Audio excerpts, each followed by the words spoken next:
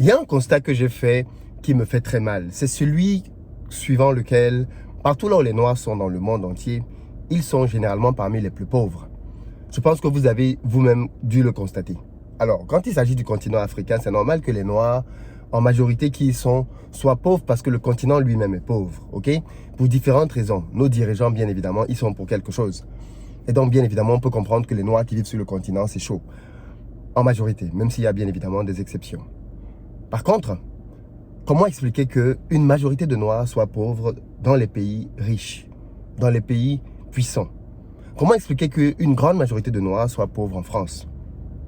Comment expliquer qu'une grande majorité de Noirs soient pauvres aux États-Unis, au Canada, dans tous ces pays économiquement avancés et développés? Je suis en ce moment aux États-Unis et je sais que le sujet que je vais aborder est ultra polémique parce qu'il va nous mettre face à nos propres difficultés. Il va nous confronter à nos propres tares. Mais je pense qu'il faut en parler. On ne peut pas continuer de se cacher et accuser systématiquement les autres pour les choses qui nous arrivent. J'en viens à conclure que les Noirs ne recherchent pas l'excellence. On a un slogan qui s'appelle Black Excellence qu'on scande un peu partout. Mais la vérité est qu'une grande majorité de personnes dans notre communauté ne recherchent absolument pas l'excellence. Ça fait mal d'entendre ça. Mais comment expliquez-vous que les Chinois qui sont arrivés en France après les Africains, économiquement aujourd'hui, soient à milieu des Africains? Comment vous expliquez ça? Le racisme ne concernait que les Noirs? Bien sûr que non. Il y avait du racisme anti-chinois aussi. Comment expliquer qu'aux États-Unis, les communautés qui sont arrivées bien après les Noirs soient aujourd'hui économiquement beaucoup plus puissantes que les Noirs, mais aussi plus puissantes que les Blancs? Oui, parce que beaucoup d'entre vous l'ignorent peut-être, mais la communauté la plus riche aux États-Unis, ce n'est pas les Blancs. Il y a des communautés qui sont bien plus riches que les Blancs aux États-Unis. Citons par exemple les Indiens. Et là, je parle de communautairement encore. Il ne s'agit pas de prendre un blanc, Bill Gates, un blanc, Jeff Bezos, Elon Musk. Non, on parle ici de manière bien évidemment globale. On compte les centaines de millions d'Américains et on les repartit parce qu'ici, on peut faire des statistiques ethniques. Et on voit tous les blancs. Ce que beaucoup de gens ne savent même pas, c'est qu'il y a énormément de blancs qui sont très pauvres aux États-Unis. Énormément. Et donc, forcément, on ne voit que quelques élites blanches. Mais la communauté globale, il y a beaucoup de pauvreté. Les Indiens, c'est moins disparate que ça. Les Chinois, beaucoup de communautés asiatiques sont plus riches que les Blancs aux États-Unis. Et il y a des classements là-dessus. Hein? Il y a des classements là-dessus. Je n'invente rien. Vous pouvez vous-même faire vos recherches sur Internet. Comment expliquer donc que des communautés comme les Indiens, comme les Chinois, qui sont arrivés, comme les Coréens, qui sont arrivés bien après les Noirs aux États-Unis, qui ont été victimes, elles aussi, de racisme? Comment expliquer que toutes ces communautés soient aujourd'hui beaucoup plus riches que les Noirs et même plus riches que les Blancs? Comment expliquer ça? On va parler de ça dans cette vidéo parce qu'il faut se dire les choses. La seule communauté africaine qui fait la différence, et ça prouve bien qu'il faut arrêter de se plaindre, ce sont les Nigériens. Savez-vous que communautairement parlant, les Nigériens sont plus riches que les Blancs aux États-Unis?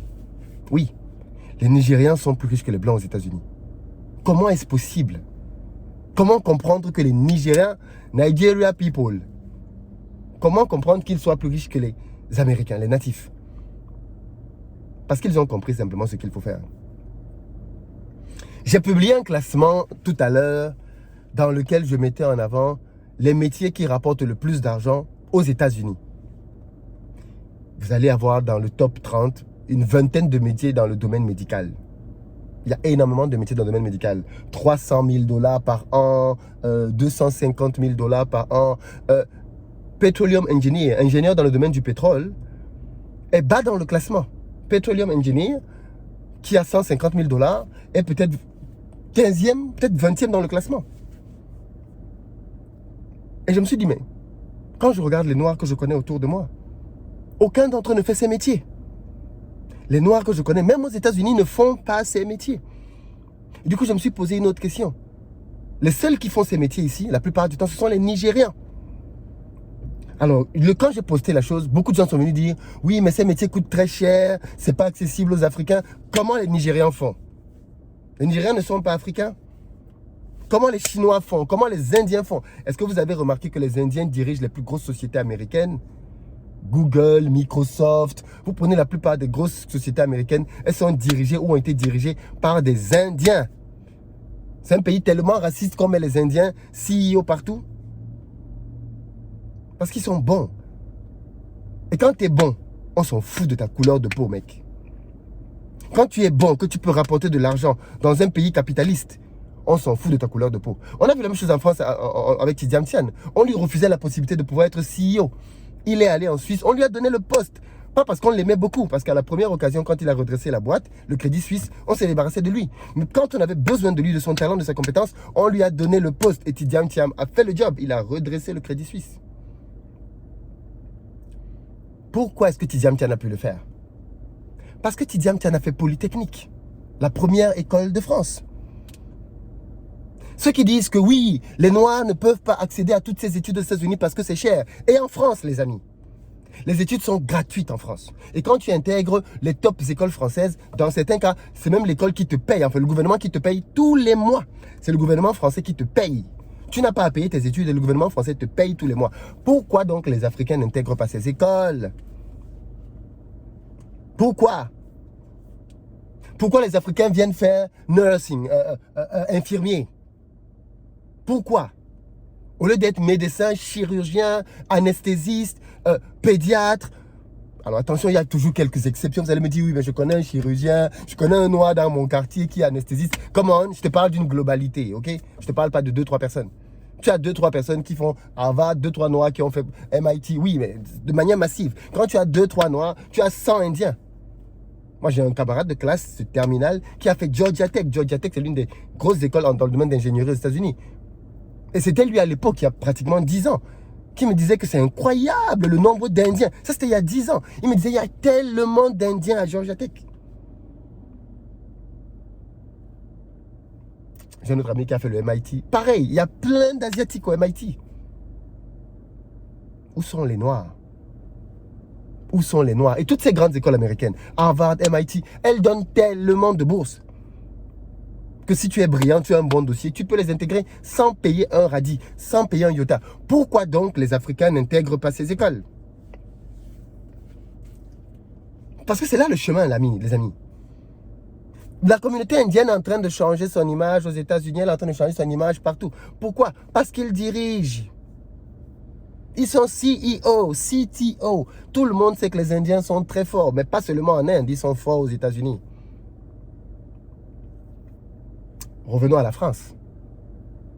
Pourquoi les Africains ne font pas de grandes études? Pourquoi les Africains ne sont pas dans les meilleures écoles? Parce que nous ne recherchons pas l'excellence. Mon ami qui a fait le MIT ici aux États-Unis m'a raconté une histoire qui est très significative. D'un de ses camarades avec qui il a fait le MIT, qui est asiatique et qui lui disait que depuis petit, et il m'a dit en fait quelque chose qui m'a fait réfléchir. Il m'a dit, de tous les camarades qu'il avait au MIT, le MIT c'est la première école d'ingénieurs aux États-Unis, donc la première école d'ingénieurs au monde. Le MIT a formé plein de prix Nobel, bref, c'est une grosse école d'ingénieurs. Le MIT, il dit que l'ultra majorité de ses camarades avec lesquels il a été au MIT, ils sont grâce à leurs parents. Parce que depuis petit, leurs parents avaient destiné leurs enfants à intégrer à l'Ivy League. Leurs parents avaient dit que mes enfants vont faire Harvard, Yale et toutes ces grandes écoles. Pourquoi? Parce que de ces grandes écoles sortent les gens qui vont faire les métiers les plus chers aux États-Unis. Tu ne peux pas venir dans un pays si tu recherches l'excellence et ne pas commencer par te poser la question de savoir quels sont les jobs qui rapportent le plus dans ce pays. Aux États-Unis, on sait que les jobs qui rapportent le plus, on les connaît. C'est quoi? Avant que je ne les cite, c'est quoi? Beaucoup de gens qui vivent aux États-Unis ne les savent même pas. J'ai commencé à lire tout à l'heure. La médecine. La médecine. Les avocats. Les finances. La tech. Les Africains devraient donc venir et se dire, ok, quelles sont les écoles qui forment les meilleurs dans ces 4 domaines? Et tout faire pour que leurs enfants intègrent ces écoles. Parce que c'est ce que les Chinois ont fait, c'est ce que les Coréens ont fait. Et il me dit donc que la maman de ton camarade avec qui il discutait, dit que sa maman est tellement fière de son fils parce qu'il a intégré son fils. Ce fils-là, il a fait Harvard et ensuite il a fait le MIT. Comprenez, il a fait Harvard et MIT. Sa mère est tellement fière. Mais il dit, mais sa mère ne sait même pas ce qu'il fait là-bas. Hein. Sa mère ne peut pas te dire quelles études son fils est en train de faire. Elle sait juste qu'elle s'est battue pour que son fils intègre ces écoles. Pourquoi? Parce que même si elle n'était pas très instruite, parce que même si elle ne comprenait pas tout, elle savait que c'est là-bas que les gens qui réussissent dans la vie vont. Nous, dans la communauté, on a des slogans. On se trouve des slogans pour justifier la médiocrité. Oui, on ne nous aime pas. Je l'ai déjà dit ici. J'ai fait plus de 10 ans en France. Je n'ai jamais été victime de racisme. Jamais. Jamais, jamais. Ça ne veut pas dire qu'il n'y a pas de racisme en France. Attention. Moi, je n'ai jamais été victime de racisme. J'ai postulé pour une école d'ingénieur, une bonne école d'ingénieur. J'ai été admis. À la fin de mon école d'ingénieur, j'ai postulé pour des boulots d'ingénieur. J'ai été pris et j'ai fait ma carrière. Au bout d'un moment, j'estimais que mon parcours dans les entreprises n'allait pas me permettre d'atteindre mes objectifs personnels. Il fallait que je crée mon entreprise et que j'avais déjà suffisamment appris des entreprises et j'ai pu créer les miennes. Voilà mon parcours. Je ne peux pas dire que j'ai été discriminé parce que non. Non. Quand on ne m'a pas donné un poste, ceux à qui on l'a donné étaient meilleurs que moi. Parce que beaucoup de gens pensent que quand on ne leur donne pas quelque chose, c'est parce qu'ils sont noirs. Non, c'est pas. Tu t'es juste pas demandé que. Tu t'es juste pas dit que c'est parce que celui qu'on a pris était meilleur que toi. Quand tu es dans une boîte et qu'on fait une promotion, tu ne t'es pas dit que ce qu'on a promu, c'est parce qu'ils font ce que toi tu ne fais pas. Et que c'est pas juste à cause de ta couleur de peau. Soit on est dans la plainte et on voit que tout le monde entier nous en veut, soit on se réveille et on travaille. Et le fait que je vois des gens qui, par leur travail, intègrent le MIT, intègrent Polytechnique. Je vais terminer avec l'histoire de Polytechnique, parce que ce sujet me fait très mal. J'ai un de mes petits qui a fait Polytechnique, il est sorti, je parle souvent de lui ici. Dans sa promotion de 500 ingénieurs polytechniciens, ils étaient 2 Noirs africains, 2 Camerounais, 2 Noirs, sur 500 personnes qui sont formées à Polytechnique. Où sont les Noirs à Polytechnique? Oh, on sait que Polytechnique forme les plus gros dirigeants français. Les plus gros cadres, les plus gros directeurs sortent de Polytechnique en France. Pourquoi les Noirs ne vont donc pas à Polytechnique? Pourquoi les Noirs font le foot, font le rap, font la musique, font le dancing? Pourquoi les Noirs ne vont pas dans des études prestigieuses? Quand vous êtes dans les écoles prestigieuses et que vous êtes un Noir, vous allez très souvent vous sentir seul parce qu'il n'y a pas beaucoup comme vous là-dedans. Mais attention, c'est pas que les Noirs sont moins intelligents, ça n'a rien à voir. Ça n'a rien à voir. Et il faut se dire cette vérité. Nous ne faisons juste pas les bons choix parce que nous ne recherchons pas l'excellence. Nous ne sommes pas dédiés à rechercher l'excellence. Et tant que nous ne chercherons pas l'excellence, nous ne la récolterons pas. Aussi simple que ça. Ça fait mal à entendre, mais je pense que c'est ça. Tant que nous ne sommes pas dédiés à rechercher l'excellence, nous ne la trouverons pas. Dites-moi ce que vous en pensez. Mais je pense que le sujet mérite d'être traité, d'être abordé.